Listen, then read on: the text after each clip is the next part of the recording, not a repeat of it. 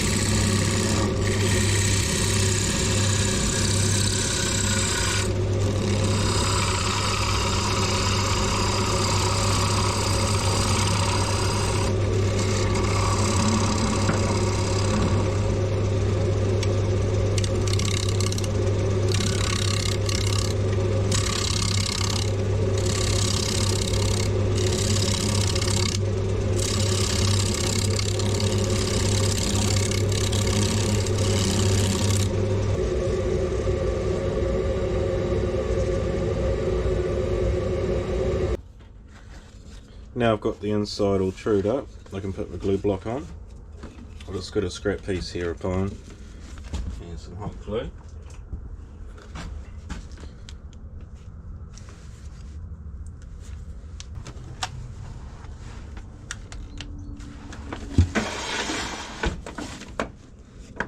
And I already have a funnel on the back to match the tailstock. Try not to burn yourself on the hot glue.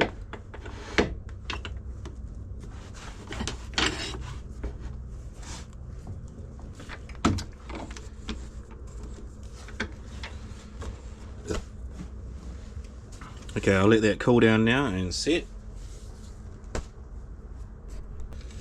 The hot glue's set now. I'm just going to straighten up that tenon with a scraper.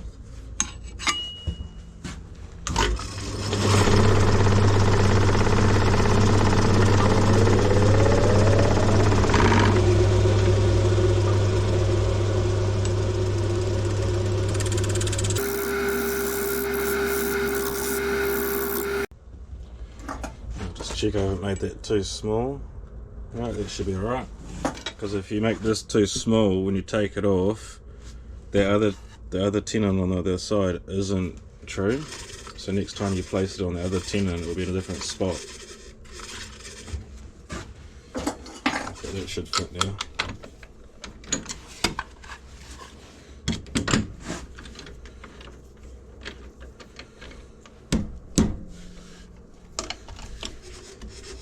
So now I have this flipped around, I can finish off the bottom. I'm going to stick quite a bit of a foot on this because I'm going to carve away the tenon on here, the foot, to make maybe 3 or 4 little feet. So I'm just going to need to have a foot that comes out a little bit, so I'm going to have to take away some of this material. And then when I flip it, I want to keep it on those same jaws. So I'm just going to chirp this tenon and I'm just going to size it. I've already got the size set here on these calipers, So I can just true this out and then that'll be the outside of the foot basically, and then I'll go from there with shaping. I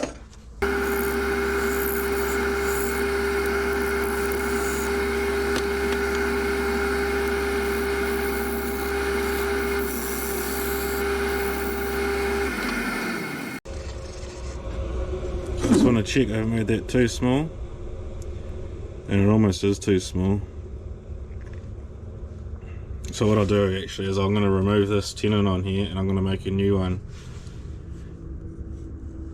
because yeah, that's probably too small.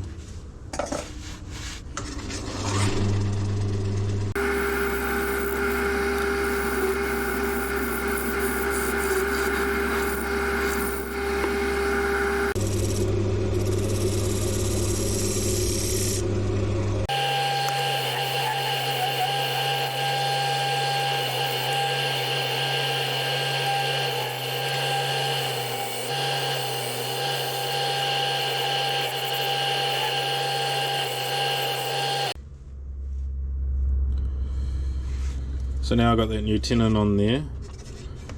That's probably about how deep I'm going to have the feet on these. They're only going to be little feet, but I'm going to put 3 or 4 on here, probably 3, because you get better balance with 3 rather than 4, otherwise they're going to be exactly the same height, you know, otherwise the top will sit. Not that you really notice on the bowl. So what I'm going to do now is I'm going to hollow this out to roughly the same height as the outside with a little bowl sort of shape.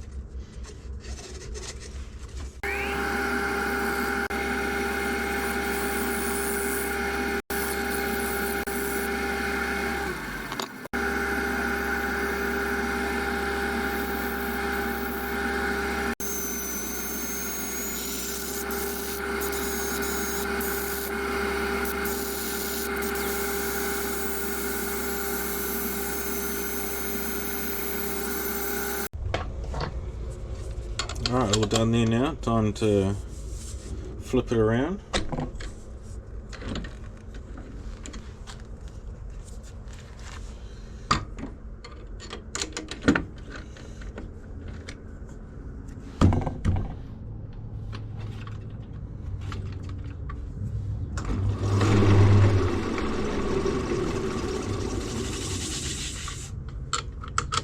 Cool, I know that fits now. Now what I'll do to get rid of the glue block, the hot glue. I normally use isopropyl, but I'm just going to use meths this time. That's what I got on the bottom.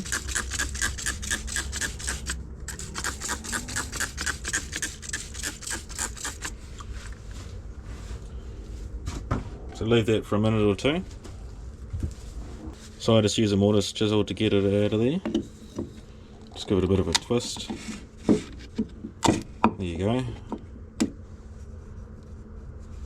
And to find the depth that I need for the bottom is I measure off normally the shoulder, and this divot does go a little bit lower, so I could make it a little bit lower than that. And that shoulder rests on this draw face here. So what I like to do, I like to bring the tailstock up, and I've just got this little spanner here which is 2 or 3 mils thick, and that will set it above that shoulder, and you just bring it in mils, bring your tailstock in, and then with a vivid or a felt pen or something, just mark on your bedway and just on the face of it a little bit too, just in case you swipe it off with the banjo. But I now know I can go up to that line and I'm not going to go through the bottom. So I can put the bowl in here and I can measure up to it now. So to get the depth of the bowl, you bring the tailstock up with your measurement already set in there, locked, and you can see down here there's a gap. That's how thick the bottom is. And that's how I use it, so I just keep going and keep testing with the tailstock. Because when it comes to the piercings, you want the bowl to be pretty thin and pretty even to make your life easier. So we'll just get to turning this now. I'll just turn this down to final depth.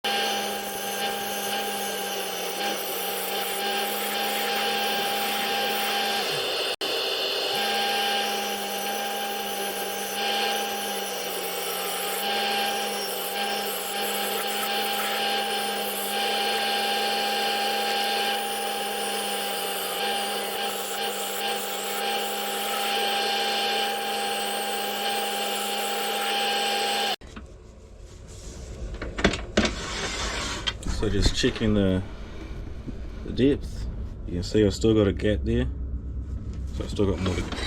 This edge is pretty close to being done.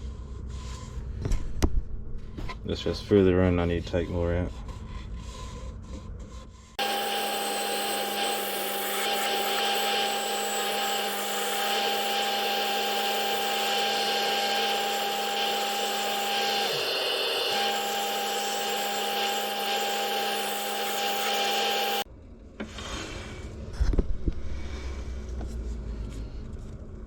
See, I'm just over that line now, so I can probably do one finishing pass and that's really it.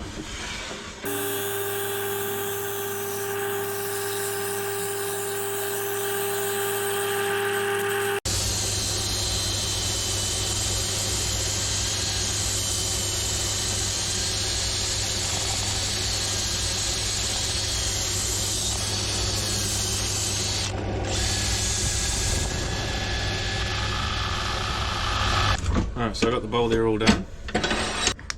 I can now mark out the 3 feet, or at least divide this up into thirds. Just got a little platform here on the banjo, and I've got my jig down here that's for the indexing. So to divide this bowl into 3 on a 24 index, you need to use every 8 holes, and I've already got it marked out here, so I don't have to do it every time. So I can just draw a pencil line on there, go around to where the mark is, draw another line, go around to the other mark, draw a line. Alright, now that's my 3 feet marked out.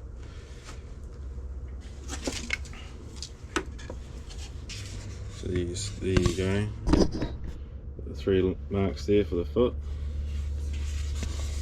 Now we'll go over to the bench. So I'm over here at the bench and I thought I'd just show you the setup. So there's the bowl I just done. First thing, I've got the little vacuum attachment here. So my vacuum hose just goes into a hole down there. It comes up just so when I'm using the cut off bits, all the dust is going down there. And it just goes off to the vacuum. Just got a light sitting on top. And this is my vent that I've got now. I've got these on hinges so I can adjust where these are. The back one too. This top piece is just floating. And it's just a little 12 volt inline computer fan, just in some 4-inch drain water pipe. And that just goes outside. And I've got the Dremel up here that just hooks on a little screw there, and I've got a little holder for the end. And then I've got my camera stand. This comes up here. It's on a pivoting arm for block, just clamped onto this board here, so I can rotate this any way I want and get it right in the spot I want. Because a tripod, if I put a tripod right here, I can't work on my work, so that's why I've got this, so I can get my arms under it. I've got the other light that I reconditioned. So I think that's enough of showing you guys around the bench area. So when it comes to doing the cut-off bits, I've just got a pack of drill bits here that's pretty cheap. I think it's about 20 bucks for 100 pieces.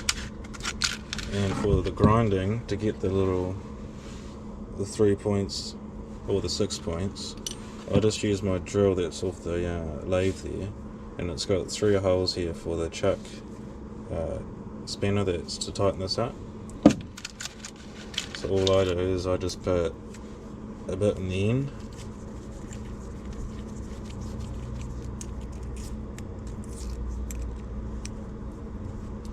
and now when I go up to the grinder I can just have this pointing straight up and just imagine the wheels here, and I can just grind it a little angle on there, and then I can just, once that side's done, I can just move over to the next one and do that. And then to resharpen them I just do it by eye, because once you take it out and put it back in there you got no reference to get those holes in there. That's how I sharpen those out. Just got a little holder here too from all my other bits. These are some of the standard cut-off bits like you get for drywall. There's sort of a spiral or a relief on the back of it, so that's different than a normal drill bit. So this is a standard drill bit. See how the web is quite thick there? See how this one's got like basically none. But these ones I find are quite slow at working and they heat up quite a lot. See, this one here is quite burnt out. And I'm pretty sure they're only high-speed steel, so. But anyway, so what we'll do here is we'll start cutting out holes, I think. What I'm going to do is I'm just going to leave the rim. Use a pencil on this 12mm piece of plywood and just spin around. I mean, you could just do this on the lathe too. But that's that done. So when I cut all my holes out, I know not to go below that. And when I cut them out, I'm pretty much going to go up to this foot. And I'll probably do the inside of the foot too. In the foot, I'll just leave chunks, you know, I'll get to that a bit later. There's my bit on there. Just use that for cut off. So yeah, that's the little vacuum attachment I got here. I'll just do it right in front of it so most of the dust goes in there. And I'm just going to eyeball most of these shapes too. So I think I might just do the first one in real time and then I'll do a time lapse.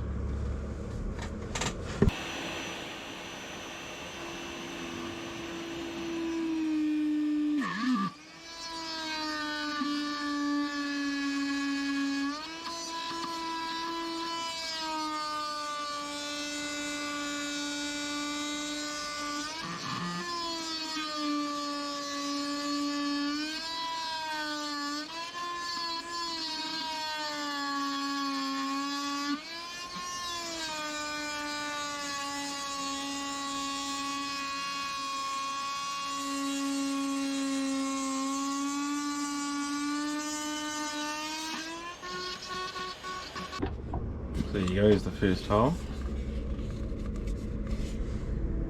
And I'll just put you on the time lapse for the rest of it.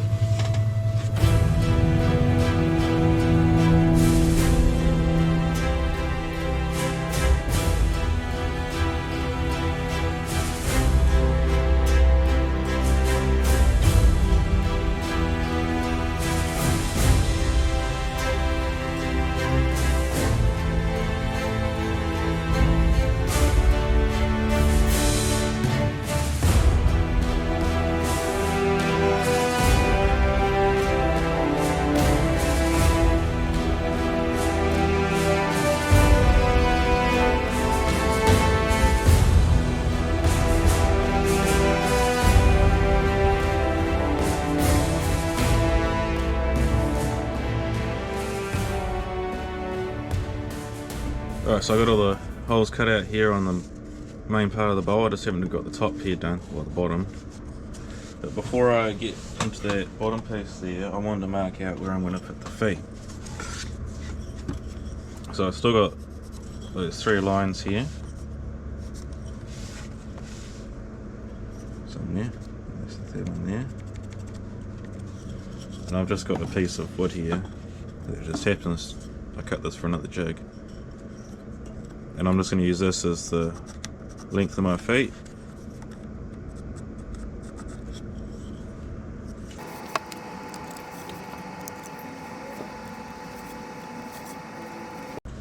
So that's the feet marked out there. And to take out the rest of the foot that I'm not going to use, I'm just going to use a little burr, probably. Just going to use a little burr, this one here, just so I can have an angle on it. And I'm just going to shave it all away slowly. And then I'll cut out, because I'll pull some of these holes through where this is, so you can't really tell that there's a ring here. So some of these I'm actually going to make bigger, these holes. Got some that are kind of small that I'm going to come through. But yeah, I'm just going to grind down that foot now.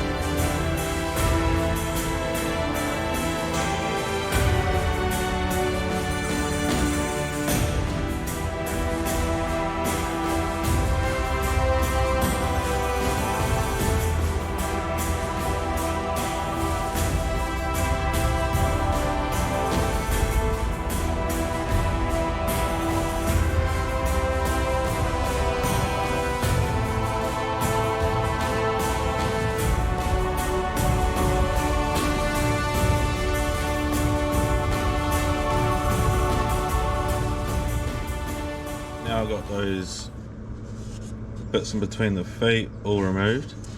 It just leaves a little bit of ugliness there, so all I'm going to do is I'm just going to use some various sanding heads for the Dremel just to clean up all those bits before I go any further.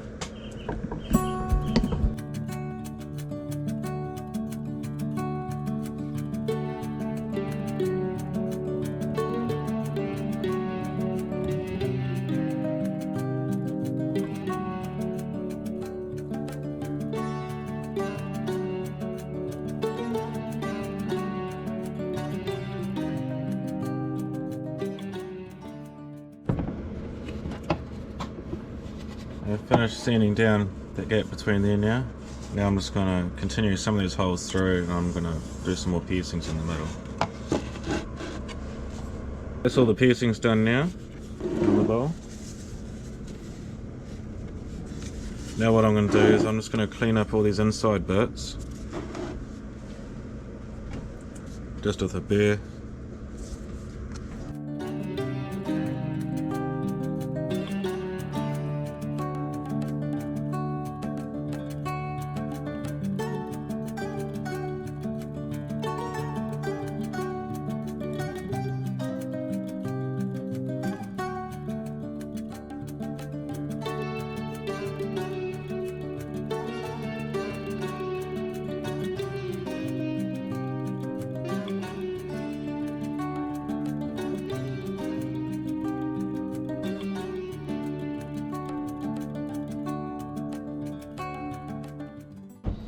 So the Dremel's actually dead. It just stopped working when I was using it. I'm not sure if I got footage of that. But yeah, look, it's plugged in over here. And I know this plug's good because I've tested it.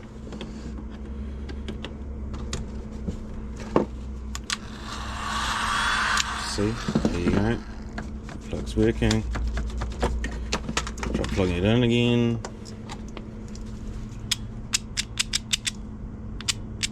Nothing. So I'll take this back to Mitre 10 and I'll see if they'll give me a new one.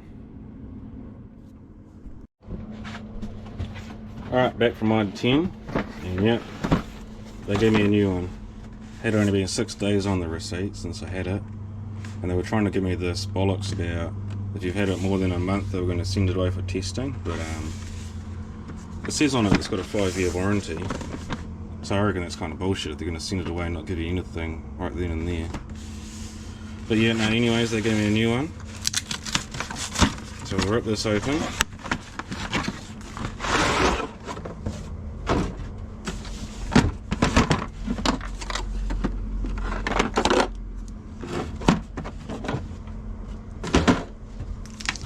And I'll plug it into that same switch. Same plug. Yeah. Working. So the other one just was faulty or something. Oh, it's a bit chewed up, isn't it? But yeah, the last one was just, I don't know what happened, it just stopped working. Oh, it's a very good sticker placement on that. But yeah, the last one I was just holding it and it just stopped. So that's that, new one.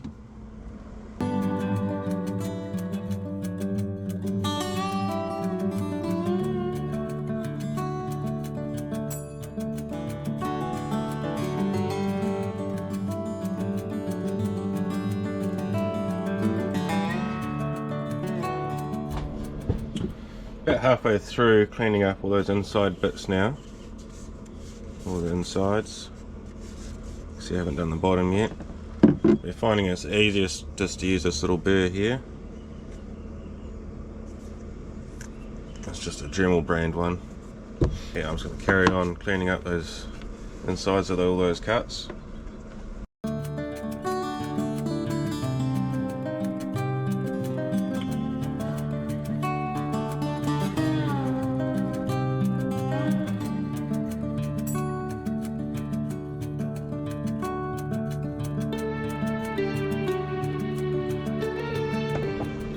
That's the dremeling done. I've got the chamfers all done on all the holes. That takes quite a while to do, but it's just a bit cleaner when it comes to the burning. You're not trying to clean the tip so much. And this is the pattern I'm going for.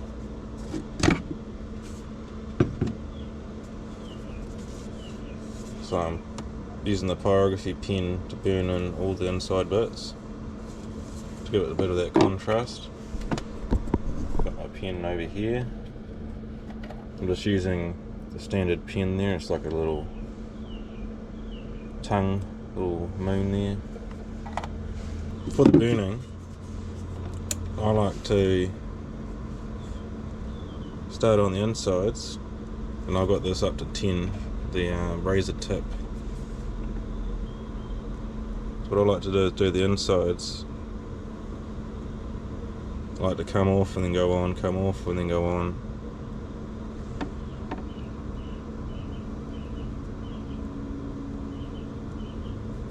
And then at the end, I'll go around and I'll do the chamfer. Like that. And then I'll do it to both sides. I'll do a little time lapse of it so you guys can see.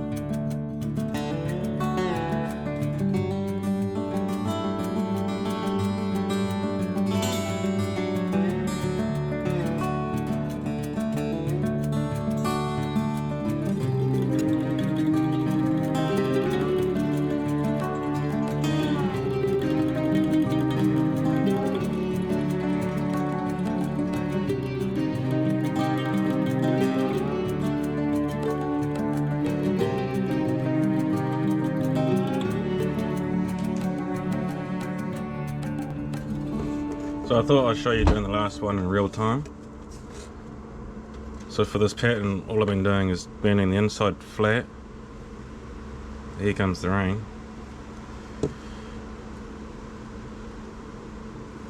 And then once I got the inside done, I just put a chamfer on the edge there to give it that bit of a 3D look.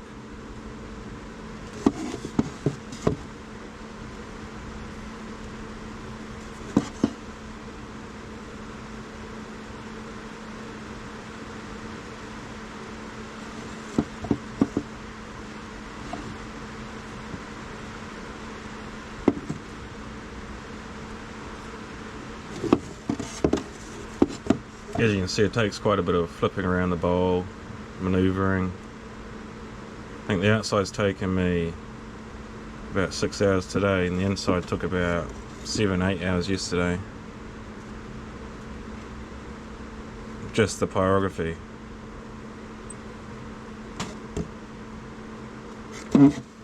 Right now I'm done, I just got to finish this one off.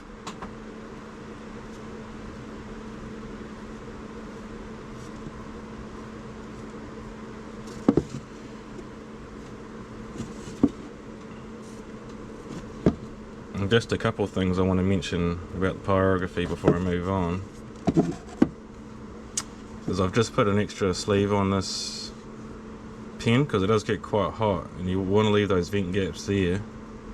But I was finding it was burning the back of my hand here, so I just put that on there because I was using this for a couple of hours straight. I mean, you're probably not meant to, but I do anyways. And the other thing is I might wear a glove next time because I don't know if you can tell, but I've actually washed my hands already and it kind of stains your fingers. So I might wear a glove next time. Might also stop me getting burnt. Do you guys use a glove when you do all this sort of pyrography? Let me know. Let me know what sort of glove you use. Do you just use a disposable or something fabric? But yeah, you can see all the ash there. That's all the excess waste. It's quite a lot of burning off. But now we're done with the pyrography pen. And for cleaning up, I'm just going to use the Dremel. And I'm just going to use one of these little nylon wheels. I'm pretty sure it's nylon. And I'm just going to clean off any of the excess ash. So I'm just going to do this at a slow speed. And it's just to clean any of the ash out of there.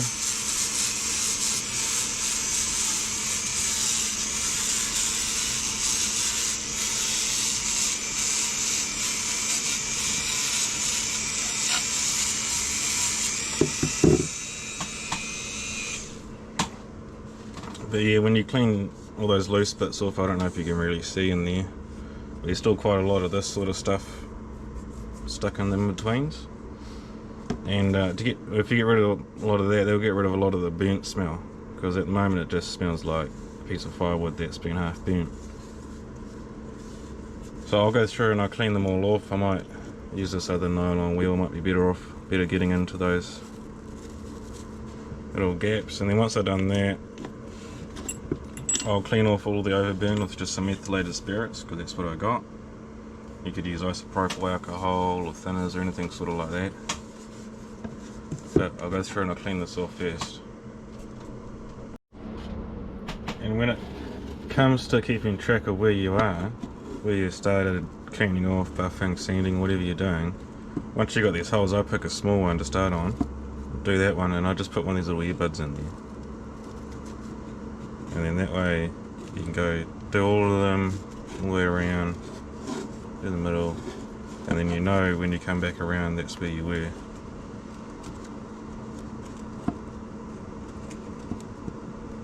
So shut that in there.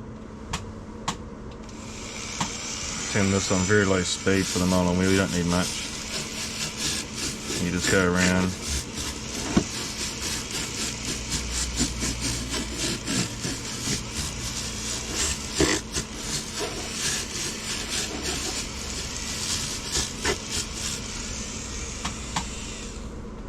I've already done this, so yeah. So that's just one way of keeping track, you just use those little earbuds. And for cleaning all the overburn off, I've just got some methylated spirits here in a spray bottle. And just spray the shit out of it. Both sides.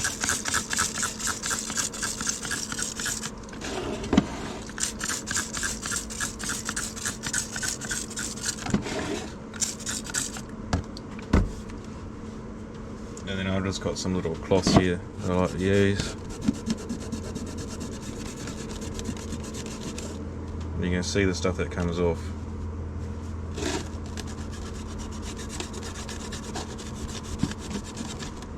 So again, just select a little area, clean that bit first, get your little earbud.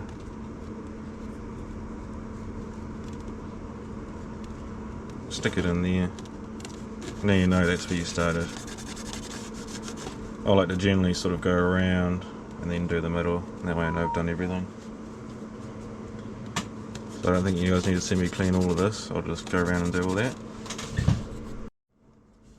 Alright, I got rid of most overburn now. You can get rid of all the stuff on the surface, but some of that stuff that's down in there, like some of the stuff you can't really get rid of. That's just some of the resin boiling off in there when you're burning. For the finish, I'm just going to use some tung oil over here. I've just got it in a little cup and a brush. And I'm just going to brush this in.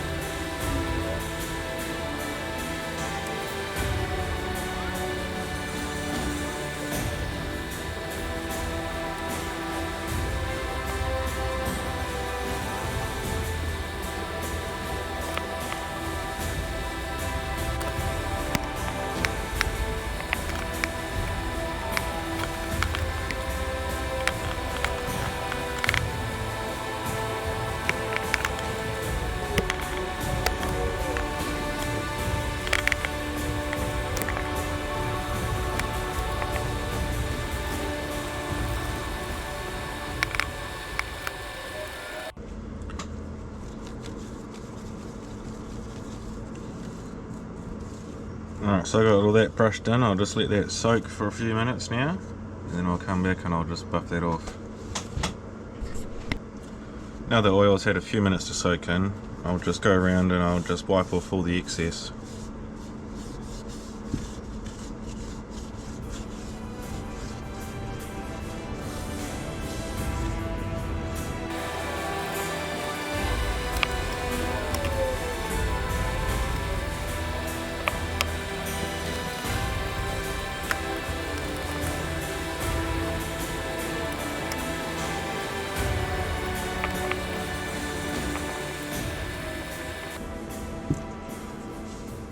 Alright, so now I've got rid of most of the excess. It's just the bits in here and the insides that are still a little bit wet. But I'm just going to let that go off probably overnight, and then I'm going to come back tomorrow and I'm going to buff it. And I'll probably use just one of these little wheels on the Dremel so I can go in between all the grooves. If you go on the lathe and just use a big wheel or the bench grinder, you end up packing lots of fluff on the insides, especially if you use wax. It will build up in the insides and it's very hard to get rid of. So I prefer it takes quite a bit longer, but just use the Dremel with a little buffing wheel. This is just one of those little felt ones, and I've just cut slits into it on the bandsaw just so it works a little bit faster. It doesn't get clogged. Alright, I guess we'll come back tomorrow. See you then. So it's actually been a couple of days since I put the tung oil on, and it's gone off now mostly. So what I do now is I do the buffing. Same thing again, I just put this little ear plug in just to find the start of the circle, and that's where I go. I just do the outside and then work my way in.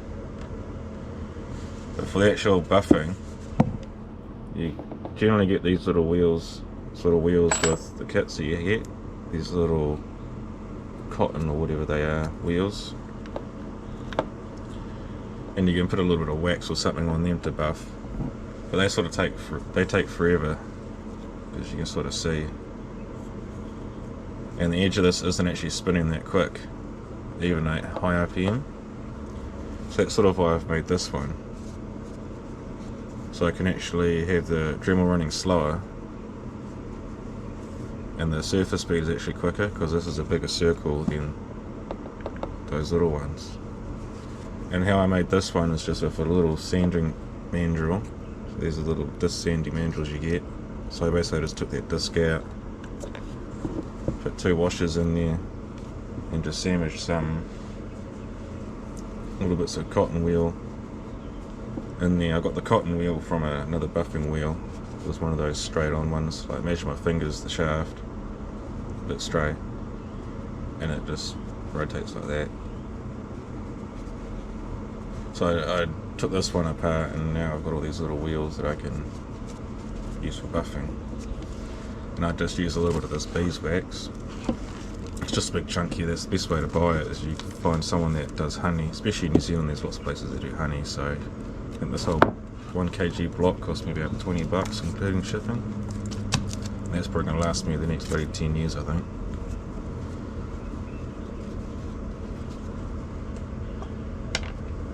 So when you're running this wheel, run it a bit slower. I'm running it on, I think, about number 4. Maybe 6. But the quicker you run it, the more of the wheel's going to disintegrate. And especially if you're doing the inside, as you're doing it, all the fluff's going to come and work into all these little bits. So working at a slower RPM is actually better, as long as you got that surface speed high, because otherwise they just all fling off. So you want to run it slightly slower. Don't run it at full whack. You can, even these little ones, if you run them at full whack, they sort of disintegrate. But you can run them at a slower RPM but a higher surface speed, if that makes sense to any of you. And that will mean it just lasts a bit longer. And it's quicker too, because this one's a bit bigger. I just go around, I've already buffed the inside of this one. I'll just go around and do little circles, following the, don't go on the insides of the holes obviously. I just sort of follow all the lines, doing little sort of circles. Yeah, so I've buffed the inside. See, it's got a bit of a shine to it. The outside is pretty flat. So I'll just show a little bit of buffing now.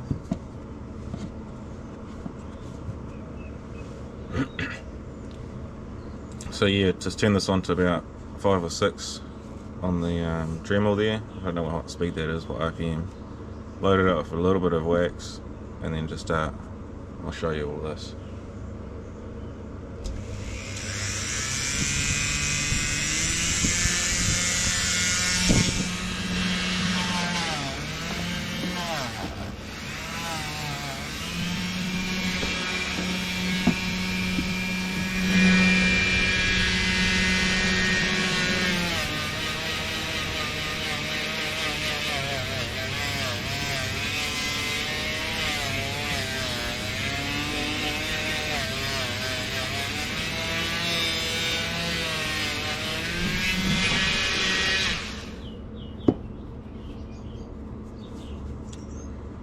So I don't know if you guys will be able to see the difference right about there.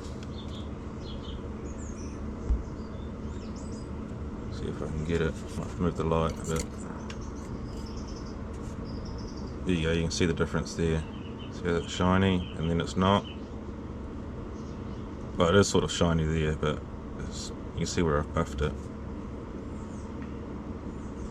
So basically all you're doing with the wax is you're just filling that grain in, and there's also that oil that's still sort of damp on there because it's 100% tung oil, so it doesn't actually really ever go off. So you're just sort of burnishing the surface and you're filling all that grain in.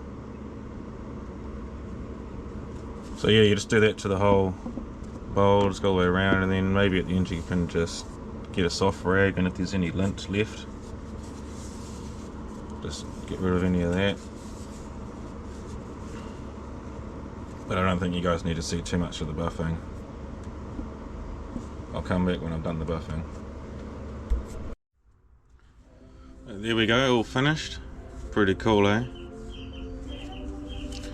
So yeah, that polishing, I reckon it makes all the difference. It's that last 10% that always makes a project or a job, whatever you're doing. Pretty cool, eh? So yeah, got it signed, Tawa, got my name on there.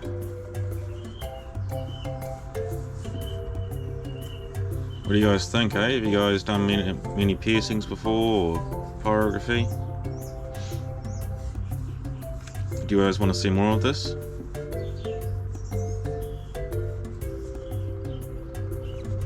Yeah, it took me quite a while. It was probably about 12 to 15 hours worth of work, probably overall. I mean, the bowl itself probably only takes about half an hour to an hour. But it's all the embellishment that takes ages. Alright. Thanks for watching.